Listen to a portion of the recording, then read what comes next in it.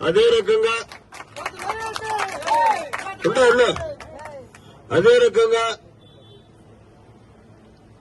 ఒక 20,000 ఇల్లు పేదవాడికి, ఇల్లు లేనటువంటి పేదవాడికి G+2 ఇళ్లను మా నియోజకవర్గంలో నిర్మాణం చేయించి ఉచితంగా ఇళ్లు ఇచ్చేటటువంటి బాధ్యతను కూడా ఇవాళ నవీన్ తీసుకున్నటువంటి పరిస్థితి ఉంది. అతనికి ఉన్నటువంటి వ్యవస్థ ద్వారా ఈ కార్యక్రమాలు చెయ్యాలి అనేటటువంటి ఏకైక లక్ష్యంతో నేను ఇవాళ పోటీలోకి రావడం జరిగింది.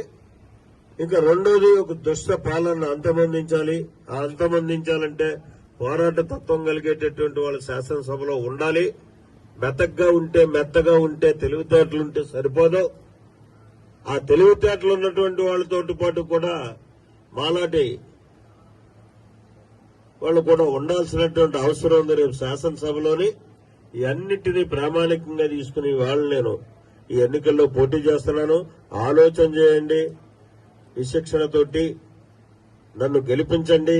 గెలిపించి మీకు సేవ చేసేటటువంటి అదృష్టాన్ని కల్పించండి.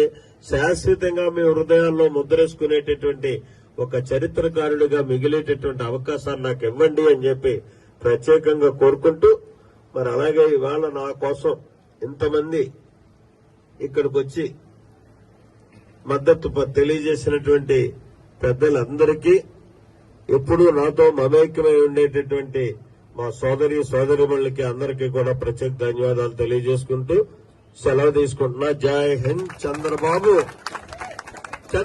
నాయకత్వం, చంద్రబాబు నాయకత్వం. Thank you.